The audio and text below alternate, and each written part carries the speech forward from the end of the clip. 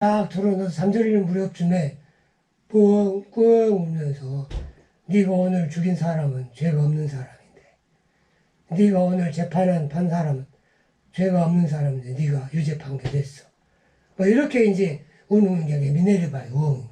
그러니까 뒤늦게 우는, 밤에 우는 미네르바의 우엉이라고. 진실을 뒤늦게 알려줘. 후회해봐도 소용이 없잖아요. 그러니까 이제 이 교수는 자기만 낮에 좀 크게 울어서 사람들이 미워하더라도 내가 너 자꾸 울어. 지금 어느 때인데 미움을 사더라도 크게 울어서 사람들이 죄를 범하지 않도록 하는 그런 부엉이가 되고 싶다. 그런 측면이 꽤 있어요. 그래서 제가 그런 부분을 지랄팔을 지지한다는 거죠. 아무튼 친일 성향이 있어요. 그분은 자유지상론자. 자유주의자란 것은 자유지상주의자하고 다릅니다. 자유지상주의자는 간섭을 전혀 받기 싫어하는 거예요. 이재용 교수는 자기가 생각하는 가치관, 이즘이 있으면 그건 신성 불가침한 거예요. 아주 그냥 저항적으로 대듭니다. 그런 지상주의자적인 측면이 있어요. 그런 2, 3할에 있어서 저는 이분을 동의할 수 없다. 그 다음에 이제 한일 관계만 말씀드리고 얘기를 매듭짓도록 하겠습니다. 한일 관계가 무엇이 문제냐. 한일 관계사에 대해서 전문가 주류층의 이해, 아까 말하면 역사도 그렇고 대일 관계도 그렇고 일제강점기 시절의 팩트 인식에 대한 것도 그렇고 뭔가 전문가들이 객관적인 조사 연구를 해놓고 그걸 이제 설득력 있게 연구하면서 국민들의 주변 인식을 확산시켜 나가는 것이 상식 있는 사회, 양식 있는 서구 사회의 지적풍토라면 우리는 한일 관계사에 대해서 그렇지 못해요. 물론 그런 측면이 있고 우리가 식민 지배를 받았다는, 역사상 우리가 식민 지배는 처음이잖아요. 그렇죠? 일본도 패전국으로 6년간 남의 나라 지배받은 것도 첫 경험이지만 우리가 36년간 식민지 지배받은 첫 경험이잖아요. 그런 것들 역사가, 양국의 역사가들이 다 가슴앓이 하는 거예요. 그걸 어떻게 처리하지? 그것에 대해서 접근에 상대적으로 문제가 있다. 조사 연구도 문제가 있고 본인들이 이해하는 것도 문제가 있고 자연히 교육은 엉망인 거죠. 그 다음에 우리의 국력사 강성과 좌파 정권의 일본이 인식 변형으로 한일 관계가 됐다. 이건 아까 제가 발표하면서 말씀드렸죠. 지금 역사상 우리 남한만 가지고 일본의 3분의 1 정도의 국력을 가지고 있어요. 북한까지 합치면. 그렇죠. 북한이 경제적으로 굉장히 약한 나라지만 북한의 강한 국방력 이런 걸 뭐 가중평가 해가지고 넣으면 남북한 합치면 지금 세종 때보다도 우리가 대일본 국력이 위라고 평가할 수 있죠. 그렇죠. 역사상 최강국일 수도 있어요. 한반도에 들어서. 그러한 측면도 좀 있고, 그래서 우리 문재인 정권도 우리 좌파 정권의 대일본 인식이 아주 강성의 변도다. 일본 그런 건 너희들 있어도 그만, 없어도 그만. 솔직히. 지난 그런 4년 아니었나요? 부정 못하죠. 그러니까 일본의 주류파들은 지금 현 정권이 사라지기를 바랍니다. 현 정권은 쳐다보기도 싫다는 거예요. 아베가 물러난 다음에도 관계가 전혀 개선이 안 되는 것은 현 정권 자체가 싫다는 거예요. 그렇죠. 우리는 아베가 싫었지만 일본 사람들 현 정권이 싫다는 거예요. 현 정권이 있는 동안 아무튼 얘기하기 싫다.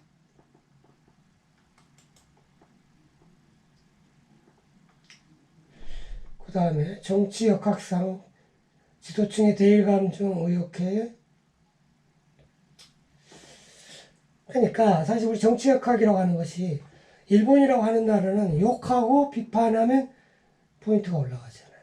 그렇죠. 우리가 가장 국민들이 싫어하는 나라가 일본이죠. 그렇죠. 그러니까 일본에 대해서 대항하는 듯한 자세를 보이면 이명박도 순식간에 지지율이 회복되죠. 문재인도 순식간에 지지율이 올라가죠. 그러고 싶은 유혹을 늘 느껴요. 앞으로 대통령이 된 정당 지도자도 그런 유혹을 느끼고 그런 인센티브가 늘 상존하고 있어요. 우리 정치학학에서. 그렇죠. 그래서 근대사 관련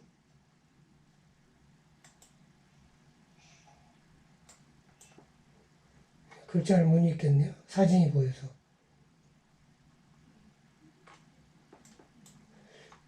뭐라고 써져 있죠? 근대사 관련 밑에. 밑에 통해서는 긴 시간 필요. 밑에 눌러 30번. 네? 안 보여? 제가 사진에 가려서 보이지가 않습니다. 근대사 이름에 맨 마지막 줄이. 여기 근대사 관련 맨 마지막 갈등에서는 긴 시간 필요. 양국 공통. 처음 맛본 식민지 앤드 패전 경험. 이게 마지막 줄이에요. 그렇습니다. 그게 한일 관계는 제가 볼 때는 우리도 36년이라는 일제 식민지 경험이 첫 경험이고 그 36년간의 우리 역사를 조선사로 가르치지 않고 있거든요. 우리 국사에서 그렇습니다. 우리 조선 일제강점기 36년사는 독립운동이 잠깐 가르치고 지나가 버려요. 지금 36년에 우리 선조들 그 시기에 수천만 명이 이 땅에 살았잖아요. 돌아가셨지만 그 시기 역사는 우리 후손들 안 가르치고 있습니다. 갈등인 거죠. 어떻게 해야 될지. 일본도 패전 후 6년간, 6년 반의 미국 점령기 그 시절에 대해서 가르치고는 있는데 그걸 어떻게 해석해서 해야 굉장히 갈등인 거예요. 그래서 사실 한일 간의 관계는 그 지금 우리의 식민지가 해방된 지 지금 이제 80년이 안 되잖아요. 일본도 패전에서 80년이 안 됐잖아요. 역사라는 것은 지금 80년, 70년은 그렇게 길지 않은 시기입니다.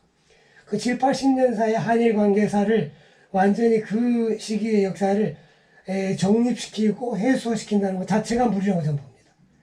앞으로 150년, 200년 간다고 봐요. 그렇기 때문에 이 응어리, 갈등을 우리 스스로도 지기를 못하고 있어요. 우리 스스로도 일제강점기를 어떻게 우리가 해석하고 가르치지? 우리가 지금 일치된 견해가 없어요. 그렇죠. 그리고 일본도 그 패전했지만 패전 직전은 일본 역사상 그 메이지 유신 이후 70년간은 일본 열도가 일본 역사 2000년상 최전성기였습니다. 우리나라 중국의 3분의 1을 먹고 아시아 태평양 남서평양의 절반을 먹고 일본 역사 2000년 역사의 최강국이었는데 하루아침에 쫄딱 망했다. 그것을 어떻게 해석을 하고 후손들한테 가르쳐야 될지 아직 역사가 정립이 안 돼 있어요. 충격이 너무 큰 거예요. 그런 상태에서 일본은 우리가 막 식민지 역사를 배상해라, 책임을 져라, 사죄해라 할 때 일본은 어떻게 말하면 사죄했잖아요. 했다, 할 만큼 했다. 이 가해국자로 지배 국가가 이 조선 우리 한국에 요구하는 것만큼 이 사죄하고 피해 보상하고 그런 나라 한번 들어봐라. 일본은 그렇게 나와요. 독일 사례도 있긴 하지만. 그리고 그 식민지 국가였지만 식민지 국가에서 벗어난 국가하고 우리는 해방이라 하잖아요. 독립된 이후에 경제 지원하고 그렇게 우호적인 관계를 유지한 나라가 한일 간 관계에 보다 더 나은 그런 관계 있으면 일본 놈들은 갖고 와봐라 라고 그래요. 실제 일본 놈들은 우리가 36년 식민 지배한 거 미안하다. 하지만 우리가 너희 나라를 뭐 그냥 침략해서 빼앗은 그 점도 있지만 너희들이 잘 고찰해고 보면은 너희 조선이란 나라가 정말 개판이 됐다. 마지막에는 이 또 히로부미가 얘기했듯이 정치 지도자 의식과 이 나라는 정치가 실종돼 버렸다. 그 이또가 자기 일본 사람들한테 한 말이 있지 않느냐. 너희 나 신문에도 보도되지 않느냐. 너희 일제가 한일합방 전에 한일합방 반대하면서 병합 반대하면서 이 나라는 병합할 나라가 아니다. 이놈들아, 우리보다 훨씬 유구한 역사를 가진 문화국가다. 그런데 지난 몇십 년간 이 나라의 위정자들이 나라를 정말 엉망으로 운영을 해서 지금의 정치가 완전히 개판이 돼서 내가 지금 이 나라에 와서 이렇게 나라를 정치를 대신해주고 있지 않냐. 이 나라는 조금만 보호 정치를 하면 정치가를 키워주고 다른 나라와 대항하는 외교 기술을 가르쳐주고 하면 얼마든지 자립할 나라다. 병합할 나라가 아니다. 또 일본 수상한테 반박하는 회견이 1907년 우리나라 신문에 실려 있습니다. 일본 놈들은 그런 걸 드는 거예요. 이또가 너희들은 그렇게 욕하지만 한일합방 전에 우리나라를 그 통감으로 통치하던 시절이죠. 그 수상된 놈이 이또 형님 그 조슈 지금의 야마구치현 선배 형님이니까 형님 뭐 하십니까? 형님 지금 이 나라 집어먹으라고 통감에 그거 안 치신 거 아닙니까? 2년 동안 자리에 뭉개시 뭐 하시는 겁니까? 신문 회견에서 이상한 회견이나 하시고 선배를 윽박질러요. 형님 도쿄에 오세요. 저랑 담판하게. 그래가지고 그 일본 도쿄 아카사카에 있는 통감 별주에 불려가가지고 자기 후배 싫은 소리 듣죠. 이또가. 그쵸. 그러고 와가지고 이제 정책을 뭐 수상에 하라고 하니까 그리고 이제 자기 정책을 대폭 수정하죠. 그리고 이또가 사실은 하고 싶은 말 한 거예요. 그렇죠. 그러니까 일본 사람들은 그 이또가 너희들이 제일 미워하는 이또가 상대적으로 그때 제대로 된 말을 했다. 그런데도 너희들은 이또를 제일 미워하지 않느냐. 이또는 사실 안중근한테 총 맞아 죽으면서 마지막에 저 사람 누구냐? 라고 물어봤지 않느냐. 그러니까 한국 사람 같다.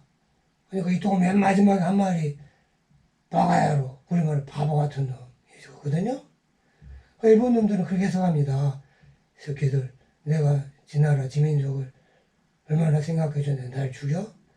바가야로 일본 놈들은 그렇게 해석한다고 그래요. 바가야로라고.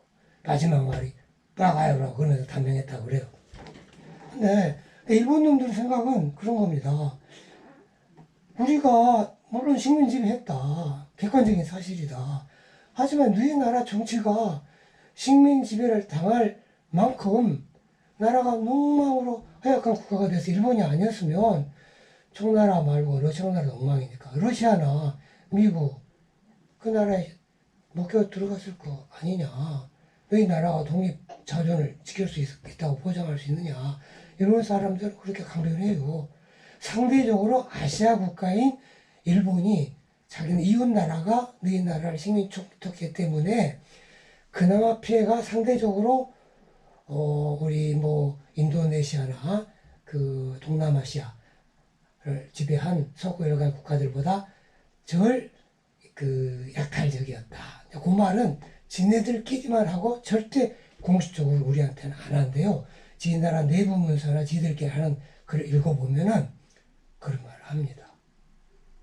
우리처럼 양심적으로 약탈하지 않은 침략 국가 있으면 나와보라 그래라. 식민 지배 받으면서 조선인 인명 피해 마지막 전쟁기 7년 동안 빼고 식민지 국가에서 조선만큼 인명 피해가 적은 나라, 조선만큼 경제가 발전한 나라 있으면 나와봐라. 지들은 그런 얘기하고 있어요. 지들끼리. 우리나라 경제학자들 경제사학자들 다수가 그걸 알고 있어요. 말을 못하는 거예요. 네. 여기까지가 제 얘기, 이거 다 한 거죠? 그리고 마지막 후반부는 이제 요 뒤에 우리나라 국력을 이제 상대 비교한 건데요. 상대 비교를 하면서 이제 제일 중요한 요소가 인구인데, 인구를 우리나라 인구학회라는 게 있습니다. 그리고 이제 인구 전문가라는 사람들이 조선에서 인구를 추계한 것도 있고, 명색이 참 부끄러워요. 인구학회에서 엄청난 돈을 통계청이 인구학회에 줘서 인구 대사전이라는 큰 책을 통계청이 냈어요. 근데 참 제가 그걸로 만들어본 한일 격차인데요. 너무 엉망으로 나와요. 엉망으로 나오냐면 그 인구학회 인구를 가지고 한일 국가를 비교하면 우리가 일본보다 더 잘 살던 시절도 나옵니다. 국력 일본보다 센 시절도 나와요. 그러니까 참 우리나라 인구 추계를 그 인구학계 통계를 보면 얼마나 웃기냐면 웬제네한테 우리나라 인구가 일본보다 더 높게 추정하고 있어요. 참 통계청도 그렇고 인구학자들도 일본 통계를 모르는 거죠. 안 본 거죠. 자기 탁상에서는 추계해본 거예요. 임진왜란때 적어도 일본 인구보다는 적었을 거 아니에요. 그렇죠. 통상 이제 3분의 2 수준으로 주장합니다만은, 인구학계 추계하면 임진왜란때 우리나라 인구가 더 많아요. 이런 엉터리 통계를 인구 대사전에 수록되어 있습니다. 참 부끄러워서 그걸 제가 이용을 못하고 부도로 놨어요.